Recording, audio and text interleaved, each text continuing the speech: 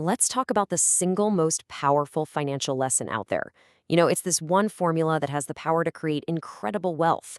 But for some strange reason, it's the one thing we almost never teach in our schools. What we're diving into here is a massive, and I mean massive, gap in our children's education. It's a lesson so fundamental that not knowing it can literally shape their entire future for the worse. I mean, this quote just hits the nail on the head, doesn't it? It's wild when you think about it. We drill kids on calculus, on chemistry, on complex grammar, but we completely skip over compound interest. The one thing that could actually make them crorepatis. Leaving this out? It's not just a small oversight. It's a huge disadvantage we're handing them. All right, take a look at this number.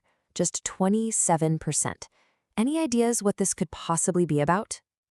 Well, there it is. That's India's financial literacy rate. So that means a whopping 3 out of every 4 adults in the country are not considered financially literate. This isn't just some random statistic.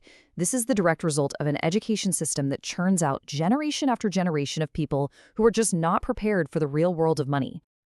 So, to really see why this is such a big deal, let me tell you a quick story. It's a tale of two investors, and the only real difference between them is time. Okay, so meet Anjali and Amit. Both are smart, both are disciplined, and they both invest the exact same amount, 2,000 rupees a month. But here's the catch. Anjali starts the day she turns 18. Amit, on the other hand, waits until he's 30. That's a 12-year delay.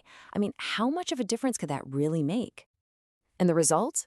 Well, by the time they both hit 60, it's not even a competition.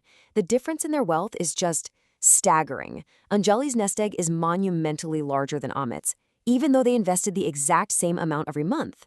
It's not because she was smarter or got lucky. It's because she had the one superpower Amit didn't, 12 extra years for her money to grow and compound on itself. Okay, so how did she do it? Let's break down the actual numbers behind Anjali's incredible success story. This is what we're going to call the 4 crore formula. So just picture this for a second. A young person, maybe they've got a part-time job or it's money they've saved up from gifts. They start putting aside what seems like a small amount, just 2,000 rupees a month. And this is the secret sauce.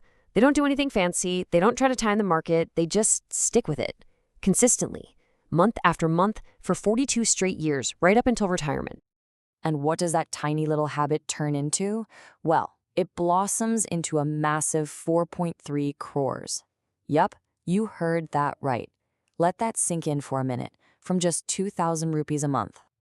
Now, obviously, there's an assumption here, right? We're basing this on a 12% average annual return. And look, that might sound a bit high, but over the long haul in the equity markets, it's actually a pretty reasonable, historically achievable number.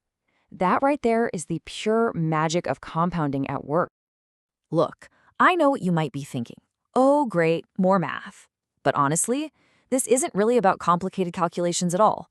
The real lesson here is about something much simpler: mindset and behavior. So what this all boils down to are a few simple, powerful truths. Anjali's story proves that when you start is so much more important than how much you start with. It shows that just being patient and consistent will be a genius trying to outsmart the market any day. It's about really getting what earning returns on your returns means, learning the difference between what you need and what you want, and understanding, deep down, that building wealth is about habits, not just a high salary. And this isn't some new idea. People have been talking about this for ages in books like Think and Grow Rich. The idea is simple. If you cultivate this wealth consciousness early on, you're giving your children an incredible head start, a lifelong edge that their peers just won't have. Okay, so this all sounds great in theory, but how do you actually do it? As a parent, a mentor, an uncle, an aunt? Well, it's way easier than you might think. Here's a simple 5-step playbook you can start using today. First up, change your gift-giving game. Instead of just cash for a birthday, give a contribution to an investment account. Second, make it real for them. Pull up one of those online SIP calculators and let them plug in the numbers. Let them see the magic. Third, and this is a big one, just talk about money openly. Let them in on family financial decisions. Fourth, reward the habit of saving, not just the amount they save. And finally, maybe the most important step of all, you have to lead by example. They need to see you practicing what you preach. And when you start doing these things, you're not just teaching them about money. You're completely redefining what it actually means to build and pass on generational wealth. Because here's the ultimate takeaway. True generational wealth isn't just about leaving behind a house or a stock portfolio. It's about leaving behind the knowledge and the habits. It's about empowering the next generation to build wealth for themselves, to start their own compounding journey, right from their very first rupee. So that's the question we're left with, isn't it? Are we going to let the next generation stumble through the same financial fog that so many of us did, repeating the same mistakes? Or are we going to give them the map and let them start their compounding journey today? The choice and the opportunity is right in front of us.